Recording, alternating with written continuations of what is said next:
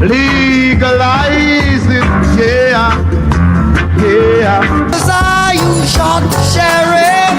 I didn't shoot no deputy. These 10 reggae songs were so controversial, they were banned from the airwaves. I'm exposing the forbidden track that got artists arrested. The final song on this list sparked riots and was locked away for decades. You have to stick around until the end to hear the truth. They tried to silence forever. Junior Movin's Police and Thieves did not whisper its message. It shouted it in a trembling falsetto that sliced through the humid air of Kingston in 1977. The country was a tinderbox of political violence, neighborhoods torn fire weapons, and communities crushed under the weight of fear. When Junior Movin sang of police and thieves in the street, scaring the nation with their fire weapons and ammunition, it was more than a lyric. It was an indictment, a raw mirror reflecting the chaos outside people's doors. The uncomfortable truth of his words left politicians uneasy, and yet ordinary Jamaicans felt as if someone had finally set their pain to melody.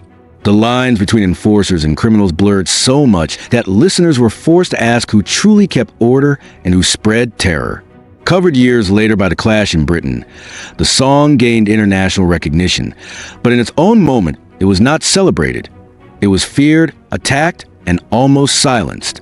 Max Romeo's Wet Dream may sound almost playful to modern ears, but in the early 70s it detonated like Scandal on a Record. With its lilt and slide double meanings, the song seemed at first like harmless fun, yet the conservative moral guardians of the time clutched their pearls in horror.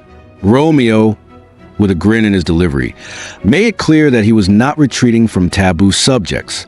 He crooned of intimacy in a way that might be coy, but in a society where propriety was guarded like treasure, it was seen as nothing short of obscene. The British Broadcasting Corporation banned it outright. Jamaican stations hesitated to spin it, and yet the public could not get enough. The ban became free publicity, propelling into every dance hall and party. What was meant to be suppressed turned into an anthem of rebellion against prudish control, a reminder that reggae was not just about politics, but also about the body, the spirit, and the refusal to bow to censorship. Burning Spear's slavery days tore open wounds that many would rather have stitched shut. Winston Rodney, better known as Burning Spear, repeated the haunting question, "Do you remember the days of slavery?" Not once, but again and again, until the listener could not escape the weight of history pressing down. At a time when Jamaica was struggling with its post-independence identity, and when some leaders preferred to look forward rather than backward, this song insisted that the past could not be erased. It was too raw, too painful, too soaked in blood and chains be ignored. Some listeners embraced a reminder as a form of ancestral respect, while others found it too harsh, too unrelenting. But that was the power of Burning Spear. He refused to let the memory of suffering slip into silence.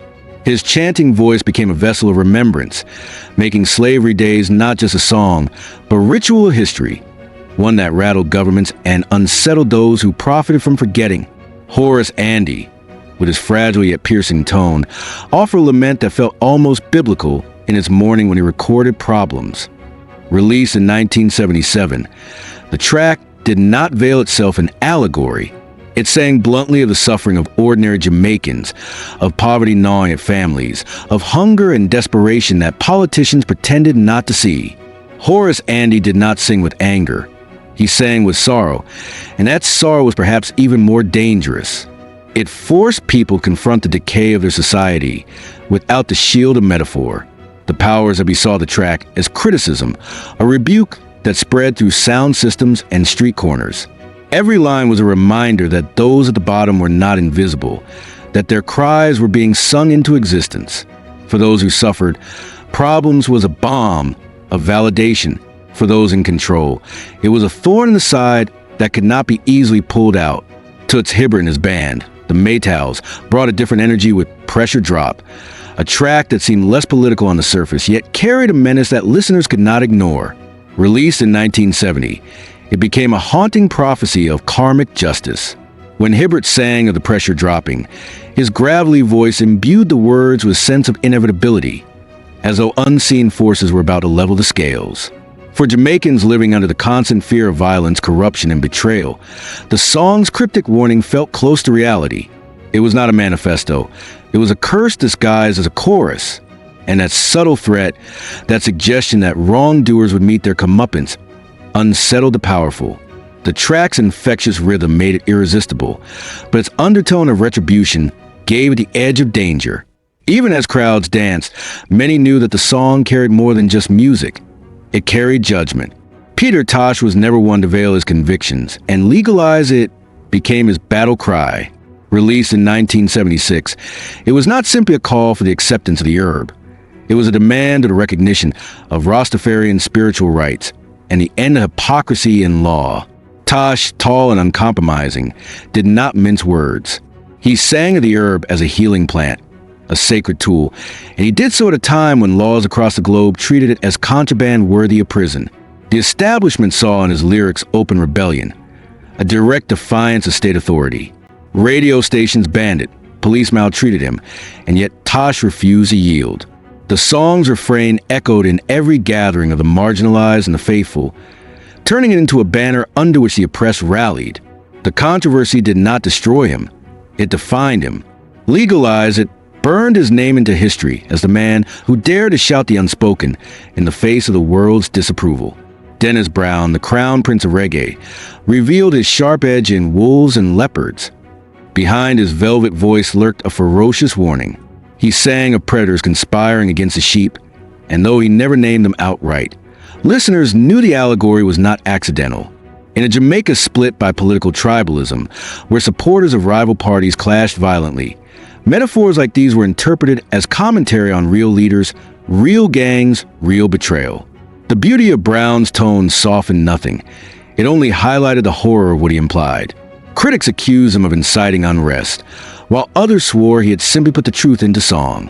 To his fans, it was bravery cloaked in melody. To the elite, it was provocation. In the delicate balance of 1970s Jamaica, such allegories carried heavy consequences, and Wolves and Leopards became one of the most dangerous songs to love. Big Youth's Screaming Target was a sonic blast, a manifesto in the form of DJ toasting. Released in 1975, it was aggressive, raw, and uncompromising, bringing the language of the street directly to the turntable. His chants and exclamations bypassed polite society and struck the ears of the young with electricity.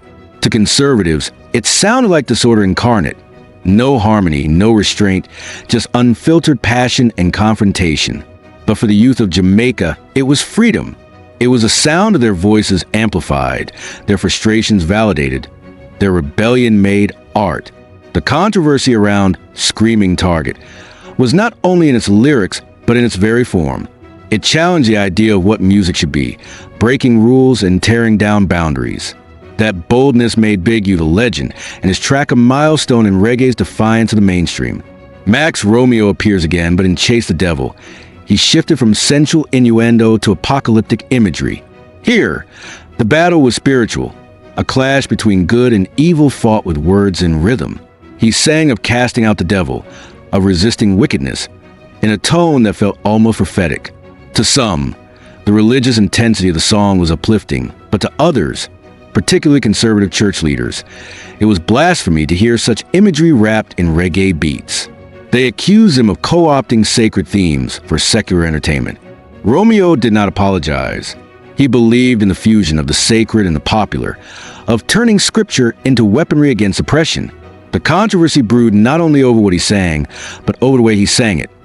Raw, guttural, unpolished, almost threatening. Chase the Devil became a spiritual anthem for the defiant, even as it unsettled those who claimed to guard morality. And then came Bob Marley with I Shush the Sheriff, perhaps the most debated reggae lyric of them all. Released in 1973, the song traveled far beyond Jamaica's shores, eventually reaching global audiences when Eric Clapton's cover topped international charts. But the controversy belonged to Marley alone. When he sang, I shot the sheriff, but I didn't fire no deputy, he left listeners with a riddle. Was it confession? Was it metaphor? Was Sheriff John Brown a symbol of oppressive law, a corrupt authority figure, or simply a character? In a Jamaica already boiling with political assassinations and factional violence, the ambiguity became dynamite. Some accused Marley of glorifying crime. Others whispered that it was a coded message to the oppressed. The debate swirled endlessly, giving the song an aura of danger. Its global success only magnified the controversy, proving that Marley was not only a musician, but also a master of unsettling truths disguised in melody. Each of these songs etched itself into history not because they were smooth or safe, but because they were incendiary. Junior Mavin sang of chaos in the streets and held a mirror to power. Max Romeo dared to scandalize with desire, and then turned scripture into warfare.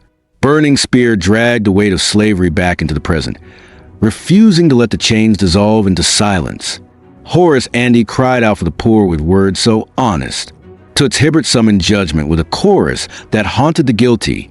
Peter Tosh declared war on hypocrisy and made his own body a battlefield for truth. Dennis Brown sang of predators with velvet ferocity. Big Youth gave the streets a microphone and dared the world to listen. And Bob Marley left the globe debating whether a lyric could be a bullet. Together they form a tapestry of controversy, rebellion, and uncompromising truth. They are the sound of a decade where music was never just music.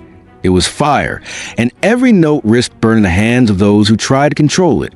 Which of these songs still feels too powerful to be ignored? Which artist carried the heaviest weight of controversy? Share your reflections in the comments, because your voice is part of this history. And if you want more untold stories from reggae's hidden chapters, then subscribe right now so you never miss the next fire that shook the music world.